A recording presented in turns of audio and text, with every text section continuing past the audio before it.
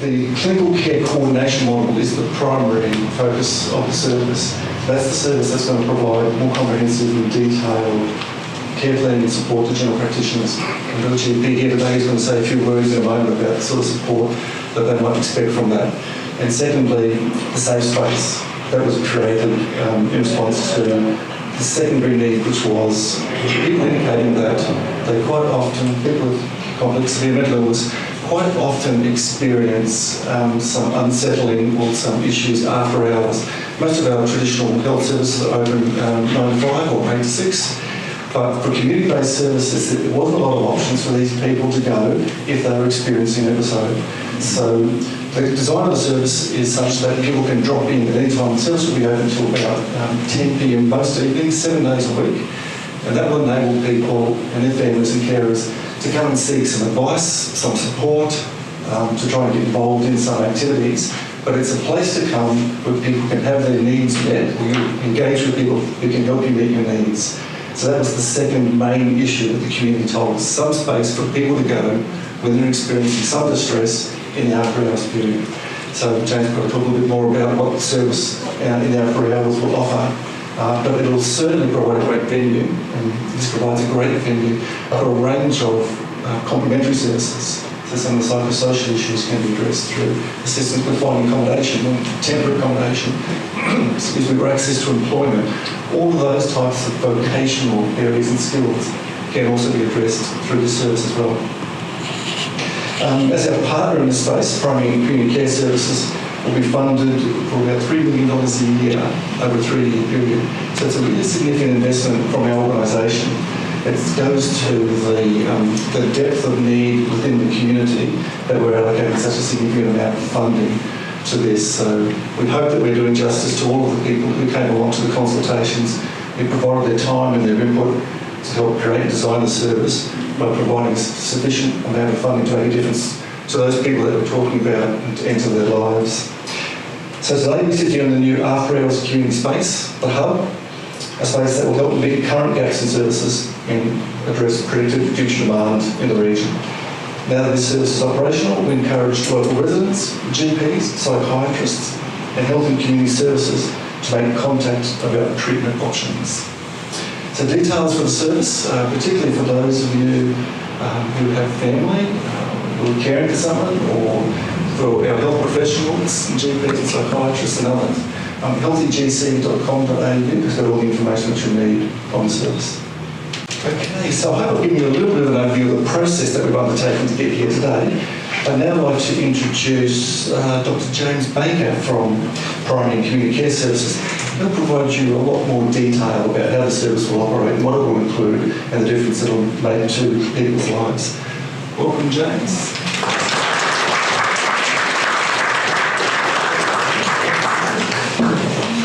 Getting punished with this light stuff and good for this. First, I'd just like to start by acknowledging the traditional owners of the land on which we meet today, and elders past, present, and emerging.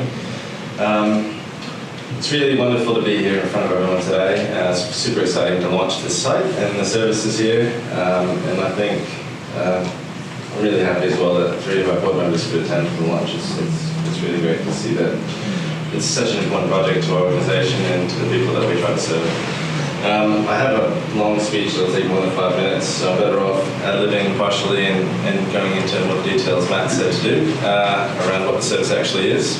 But just a bit about the company. As the happy pull-up banner says, our vision is optimising health and well-being for local communities. So all of our services are designed around the people we work with, families, friends, carers, and then the people who support them. So GPs, psychiatrists, community health providers, community service providers, and everyone else in the world. TAFEs, and there's so many different aspects of someone's life that they engage with. So I suppose we try to build it so everything is included. And there's fancier names for it, like patient-centered medical neighbourhood or home or whatever else, but really it's just about bringing people together and providing the best support you can. So in terms of the actual program, PCCS is I'd like to say we're a leading provider of innovative health solutions, although sometimes we borrow and steal from other countries around the world. We take a social prescribing-based approach. which is all the good bits of care coordination really.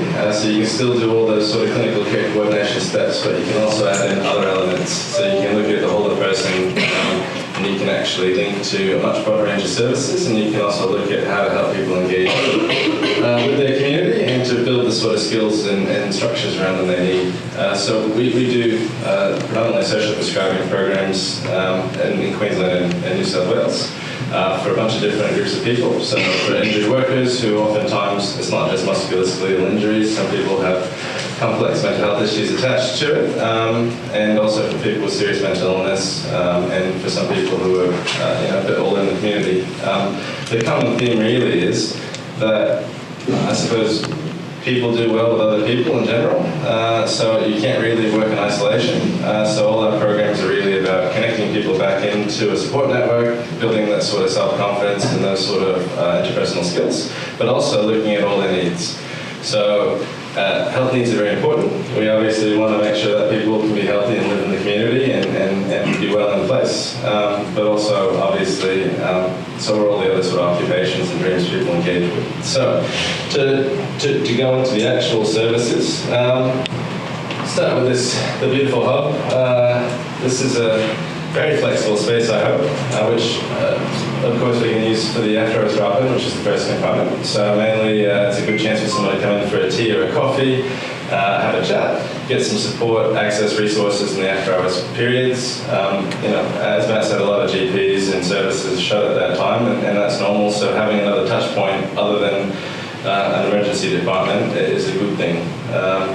But also, it's a bit more than that, because we do want to build a relationship with everyone who comes through the door. So we're really being careful in our recruitment to make sure that there's a friendly face every time someone walks in and that people feel happy to have a chat.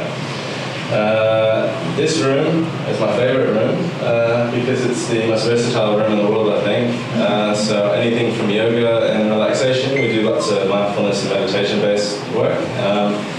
But you could do anything here, dancing, light exercise. I mean, we could theoretically run diabetes groups for group activity if we wanted to in this room. It's pretty flexible and pretty big. So I think this is one of the things we want to preserve in this site, is to have that space where you can do any sort of activity. You can pull tables in and pull them out. You can dance, or you can lay on the floor and stretch. So this is my favorite spot. For the actual care coordination side of things and the linking work we do, I'm really proud of the staff we have. So we have really skilled people who really care. It's mostly social workers, OTs, nurses, psychologists, some doctors. So it's a bit of a mix, and it sounds really health heavy because there is a big health element, because we can't forget the fact that a lot of people living with serious mental illness have a much earlier life expectancy, and that's an important gap to try to close over time. But at the same time, they're also happy people. So hopefully you met some of the team today, and you've seen that they're lovely, warm people who are just really there to make a difference. I think the idea of having a different prescription for GPs and for psychiatrists to write out is a fantastic thing. And the ability to prescribe anything from financial counselling, because realistically, if someone's finances or their relationship isn't in good shape, you're not able to make much progress on the other aspects of what's important to them. So that ability to give extra options and to really provide that ability to pull from a very broad multidisciplinary care team here and to draw the skills you need. So if it's around medication management, pull on the skills of a nurse. If it's around the environment and trips and fall hazards, pull on the skills of an OT. If it's about housing and welfare, pull on the skills of a social worker. And of course, then there's the broad range of people we work with. So whether it's a physio or a tape, whatever else, just linking in is hugely important. Maybe I'll do the thing I'm not supposed to do then. So I thought I'd close by stealing from Dr. Seuss. And I did have a 1 minute and 34-second version of what I was going to read, but I'll just do the last 20 seconds, because Dan told me that's not a very good idea. I'll skip the first part I was going to read. Was about the fact everyone has ups and downs, and it sounds quite true, but I'll just do the happy bit. Your brain's in your head, you have feet in your shoes, you can steer yourself any direction you choose. You're on your own and you know what you know, and you are the one who will decide where to go. You look up and down streets, look them over with care, and some you will say, I don't choose to go there. You're off to great places, day is your day, your mountain's waiting, so get on your way. So I guess we're here to try to do things differently and to try to do the best we can for people and to make a difference for the community of the Gold Coast. So thank you for your time, and hopefully the video we show at some point does a better job of explaining the rest of it. Thank you very much.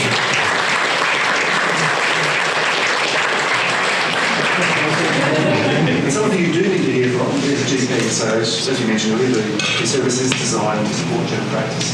We've got Dr. Matt Mansour here today, who's I'd like to say a few words. Welcome, Matt.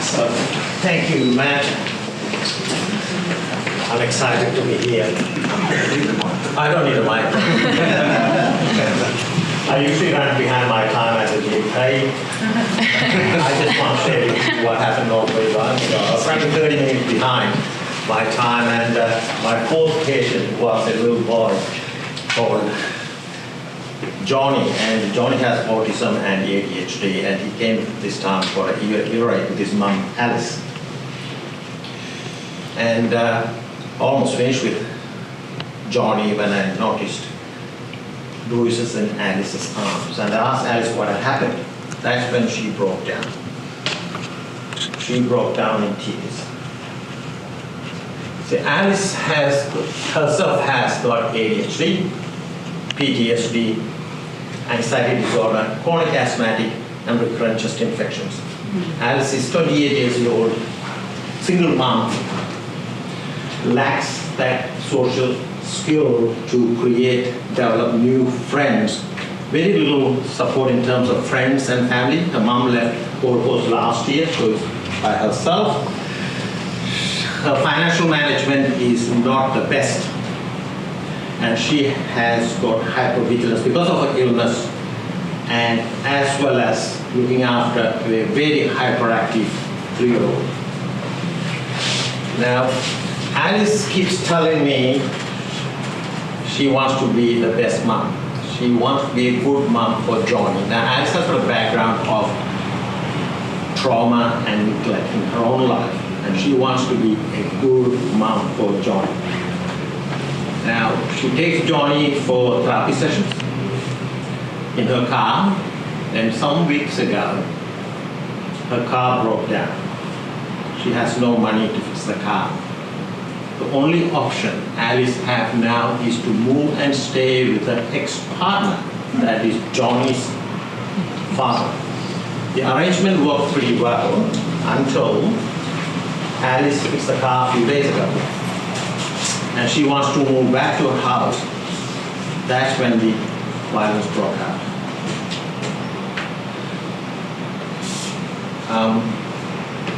Alice does not go to Broad Beach, have a nice meal with friends, because she has no money. She has no time because she's committed to her 3-year-old son. She has no friends. As a time poor GP, I can provide healthcare needs of Alice. But to meet Alice's well-being and to transform her life, she needs help in psychosocial aspect. For her to enjoy the benefits, the wonders of Gold Coast. The number of people, thousands of people probably in Gold Coast like Alice. We have an opportunity now here to make that changes in women and men in Gold Coast to transform their life so they can benefit realizing their full potential.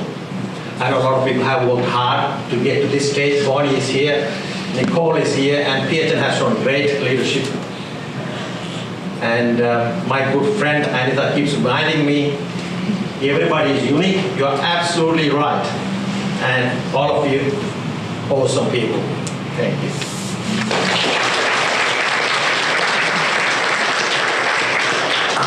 Actually, around 30 minutes of time out of your practice today to come speak to us. It's the perspective of someone who's living with it every day that we really appreciate. So thank you very much. I'm just going to invite Anita to talk to us now. Anita is someone with a lived experience and influence and has been a client of chronic kidney services previously. So Anita, thank you very much for your time this morning. Really warm welcome to you. like to pay my respects to the tribal people, the landholders, past, present and future. Like Dr. I've written a really long speech, but I'm going to excuse me, I'm a bit anxious today. I'd just like to share a little bit of my story. I'm of an age group where mental health wasn't discussed, and so it was very stigmatised. I also grew up with great anxieties that were noticed, but my high-functioning intellect and other things that were traits of Asperger's were definitely not even noted, and I was ridiculed and stigmatised for my mental health issues.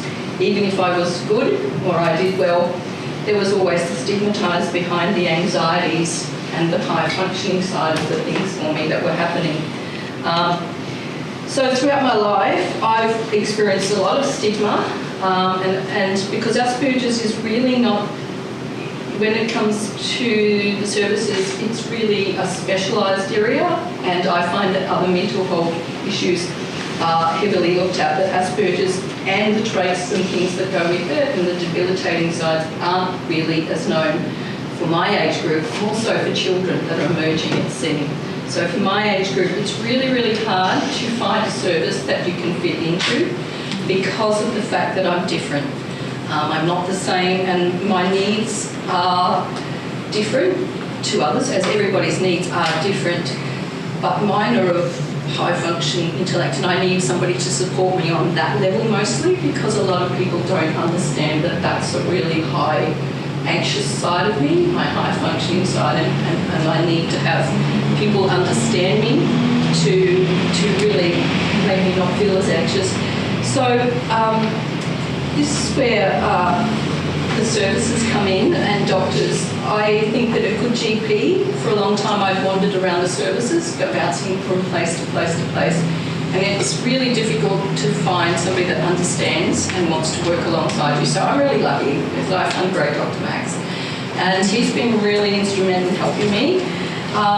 He helped me for a long time. I've been trying to get a diagnosis, and that was really difficult. It's like sketchy trying to go from service to service. Doctor got me to see a psychiatrist, and I finally got a diagnosis, which I've been after for ages. That's where Plush Social has come in for me.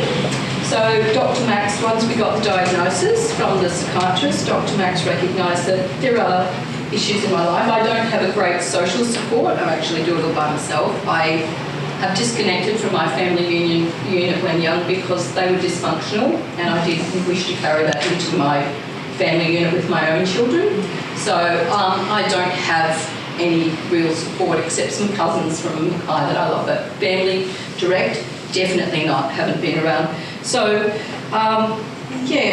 going to Dr. Max, and then once we got the diagnosis, he put a referral through to Plus Social, and within that day or the next morning, I think it was a 24-hour period from the referral to them contacting me, and then they, it was great, they sent someone out, 2 workers to my home, and straight away Jack Jerome and a lady that's now left, Denise, but gone back to nursing, but they had such a beautiful vibe. So when they came to my home, and I have some anxieties about people coming into my home, as we all would, but it was really beautiful because there was just these 2 lovely people, and they just had this really nice harmony about them, and there was no expectation, and they just sat and really listened to me and what I needed.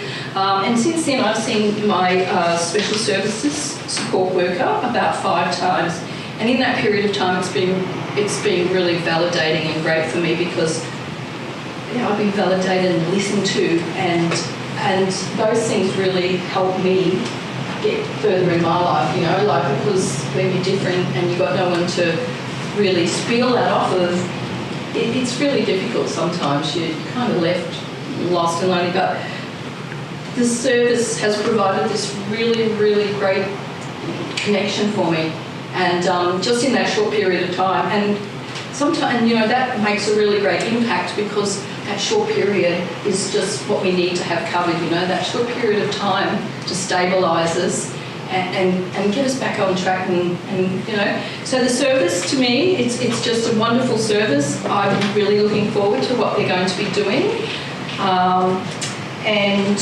sorry, I'm getting it's really nervous, but there's so much great things that are going to be happening here for the connection of people, And I'm really, really proud and pleased to be speaking on behalf of the service for the good support that they've provided me with. And I'd like to thank you all for coming, and thank you very much for listening to me and letting me speak today.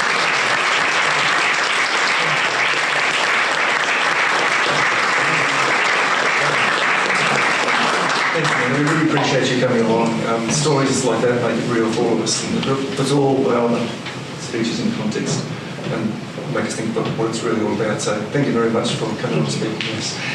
That does conclude the formal part of this morning. Well, once again, thank you very much for coming along. We do really